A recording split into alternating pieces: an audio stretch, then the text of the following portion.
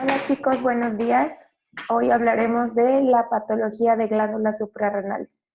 Encontraremos dos síndromes bastante importantes que son la enfermedad de Addison y síndrome de Cushing. ¿Qué es la enfermedad de Addison? La enfermedad de Addison es un trastorno poco común que se produce cuando el cuerpo no produce la suficiente cantidad de hormonas determinadas.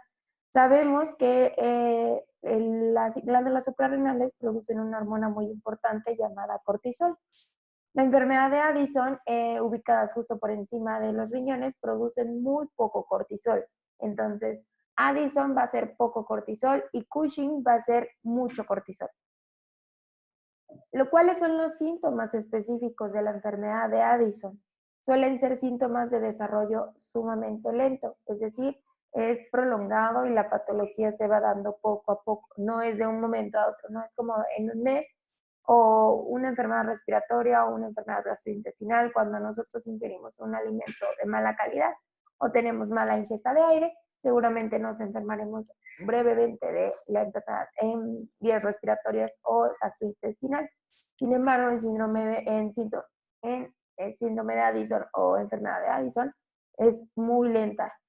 Empieza con fatiga extrema, pérdida de peso, disminución de apetito, que estos síntomas se pueden correlacionar con hipertiroidismo, que era cuando las hormonas tiroideas se encuentran sumamente elevadas y nos producen una pérdida de peso muchísimo más rápida. Oscurecimiento de la piel, o sea, una hiperpigmentación, esto sí es solamente de Addison. Presión arterial baja, incluso hasta desmayos, ansias por consumir sal, bajo nivel de azúcar en sangre, o sea, una hipoglucemia, náuseas, diarrea, vómito, ciertos síntomas gastrointestinales que no sean por una enfermedad bacteriana, dolor abdominal, dolores musculares o articulares, irritabilidad, que todo te moleste, que ciertas situaciones sean un poco más molestas o sean agudas hacia cómo lo tomas, depresión u otros síntomas conductuales, caída de vello corporal o disfunción sexual en las mujeres. ¿Y cómo vemos a una persona con enfermedad de Addison? Vemos que tiene pecas, vemos que puede tener vitiligo, disminución de vello en la axila, emaciación, o sea, es decir, una pérdida de peso y pérdida de masa muscular, eso es emaciación, que puede radicarse o más bien puede verse de etiología anorexia, vómito, diarrea, disminución de vello púbico, pigmentación de las mucosas. Y si vemos en la imagen del lado izquierdo, viendo de frente, encontramos una hiperpigmentación en las mucosas de un paciente pues masculino. Y podemos ver igual cómo son las palmas de sus manos. La hiperpigmentación sí es muy notable y de hecho hasta se ven manchas negras, es justamente por encima de la encía. Podemos encontrar debilidad muscular, podemos encontrar hipotensión arterial, hiperpigmentación en pezones o zonas de fricción. Si se dan cuenta en la imagen del paciente masculino, claramente alrededor de los codos está hiperpigmentado y las manos están sumamente blancas. Podríamos diagnosticar o ver que fuese una enfermedad de Addison. ¿Qué sucede en las crisis de enfermedad de Addison? Hay una debilidad intensa, una desorientación, dolor en la parte inferior de la espalda o en las piernas, vómitos, diarrea y dolores abdominales intensos, los cuales causan deshidratación, disminución de conciencia o delirio, presión baja, nivel alto de potasio y nivel bajo de sodio.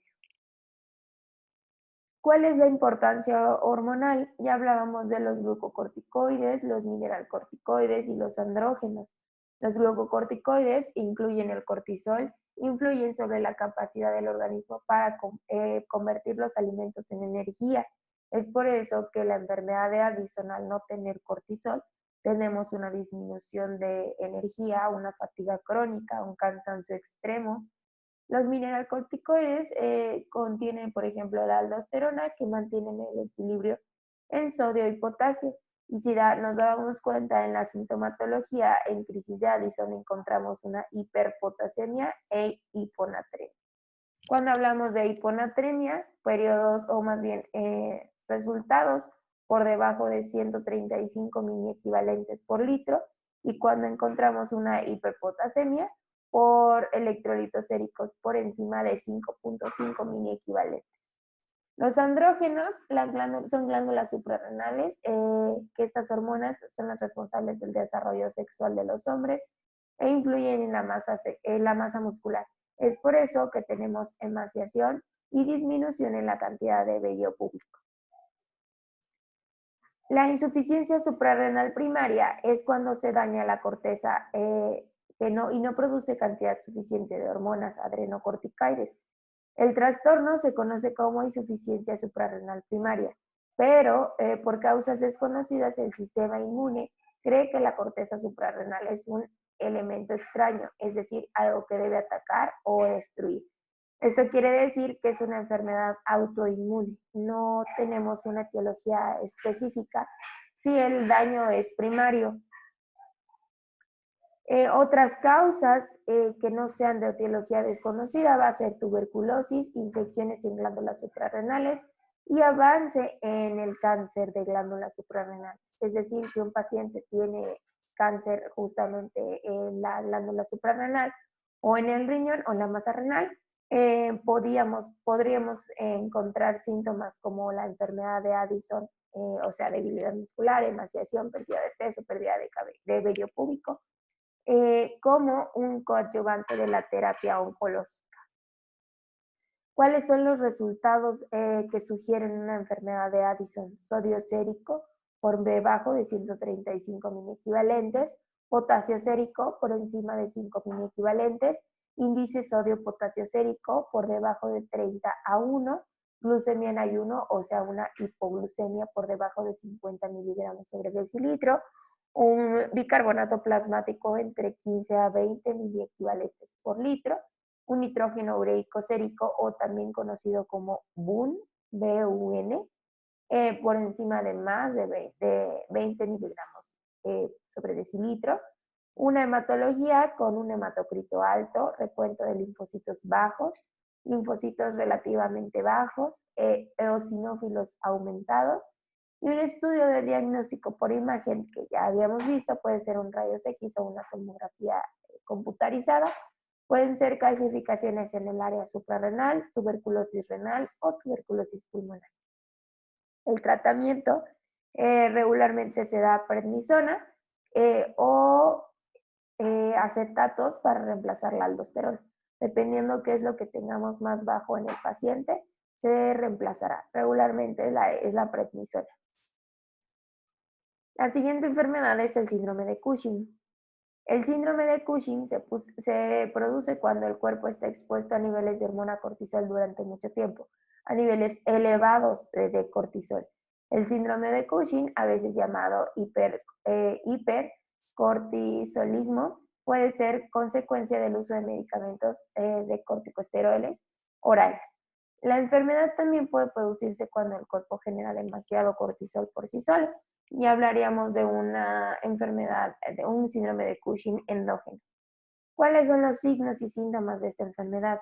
Va a ser aumento de peso y depósito de tejido adiposo, particularmente alrededor de la sección media del cuerpo y la parte superior de la espalda. Y hay un síntoma característico del síndrome de Cushing, que es la cara de luna llena. Y entre los hombros, entre los hombres, cuello de bisonte. Y bueno, estrías gravídicas color rosa o púrpura en la piel del abdomen, muslos, mamas y brazos. Piel fina y frágil, propensa a hematomas, o sea, morados, sí, morados como tal. Son secuencias grandes, pueden encontrarse en brazos o piernas. Cicatrización muy lenta de heridas sin necesidad de ser diabético. Picaduras de insectos e infecciones. Y acné. En este caso, a comparación de paciente con enfermedad de Addison va a ser delgado y síndrome de Cushing va a ser pues un poco más voluptuoso. Y podemos ver cómo se encuentra un paciente en estas imágenes con síndrome de Cushing. Podemos encontrar las estrías, son uno de los parámetros más característicos del paciente con Cushing. Encontramos las infecciones fúngicas porque son sumamente fáciles de atraer en un paciente con Cushing. Alopecia, es decir, caída de cabello.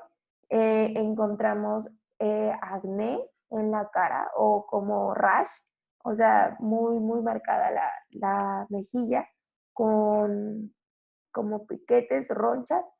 Y pues en la otra imagen, en la que vemos el dibujo, pues simplemente la cara de Luna. Encontramos que hay una pérdida de cuello, no se distingue entre el cuello, no se ve, y pues la cara sí es precisamente ovalada, y las estrías. ¿Cuáles van a ser las causas? Los niveles excesivos de la hormona cortisol son causantes del síndrome de Cushing. El cortisol que se produce en glándulas suprarrenales cubre diversas funciones en el cuerpo. Por ejemplo, el cortisol ayuda a regular la presión arterial. Ya hablábamos que reduce la inflamación, mantiene el corazón y vasos sanguíneos en funcionamiento normal. Las causas pueden ser tumores en glándulas pituitarias, enfermedades primarias de glándulas suprarrenales y síndrome de Cushing familiar, es decir, si la familia ya tiene síndrome de Cushing, la probabilidad de que tú también heredes la enfermedad es alta. En un tumor en glándula pituitaria hablábamos que este tipo de tumores no siempre son malignos. De hecho, en su mayoría pueden ser benignos, pero son inoperables. Y pues bueno, hablando de una enfermedad en glándulas suprarrenales específicamente para que el incremento de cortisol se eleve y entonces te produzca Cushing. ¿Cuáles son las complicaciones de la enfermedad de Cushing? Disminución de la masa ósea, es decir, provocar una osteoporosis, presión arterial alta, que sea una hipertensión, diabetes tipo 2, infecciones frecuentes fuera de lo normal, pérdida de la fuerza y masa muscular. Aunque el volumen sea incrementado en este tipo de pacientes, la enfermedad de Cushing te produce debilidad muscular. No un bajo peso, pero sí debilidad muscular. Y en la enfermedad de Addison sí te va a producir una debilidad muscular, pero también te va a producir una pérdida de peso. ¿Cómo se diagnostica? Por medio de estos valores de laboratorio. Sodio por encima de 144 a 145, magnesio 101.96, calcio vamos a encontrar en 7.8, 7.5, potasio vamos a encontrar en 2.1, en 2.1, 1.6, glucosa puede estar elevada hasta de 102 a 156. Vamos a encontrar gases arteriales como un pH de 7,6, eso está normal. Vamos a encontrar cortisol por encima de 60.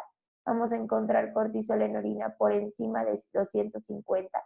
Vamos a encontrar la ACTH por encima de 165 y vamos a encontrar una supresión de cortisol con dosis de dexametasona por debajo de 60 microgramos. ¿Cuál va a ser el tratamiento? Vamos a encontrar los inhibidores de la secreción de ACTH, que van a ser dosis entre 600 a 1200 miligramos al día, y los inhibidores de la síntesis o acción de glucocorticoides, la dosis es entre 0.5 a 1 gramo al día. Y con esto terminamos patología de glándulas suprarrenales. Para la actividad que les acabo de dejar, que es un cuadro de diagnósticos, ya lo habíamos hecho en clase, y es donde ponemos el nombre de la enfermedad, el primero, la definición de la enfermedad, cómo se diagnostica, cuáles son los signos y síntomas y el tratamiento. ¿Con qué finalidad les pido que hagamos este ejercicio? Porque en el examen final vendrán preguntas para resolución de casos, como lo hicimos en el examen parcial. Si tienen alguna duda, por favor no duden en escribirme. Estoy 100% online para resolver cualquier cosa. Nos vemos.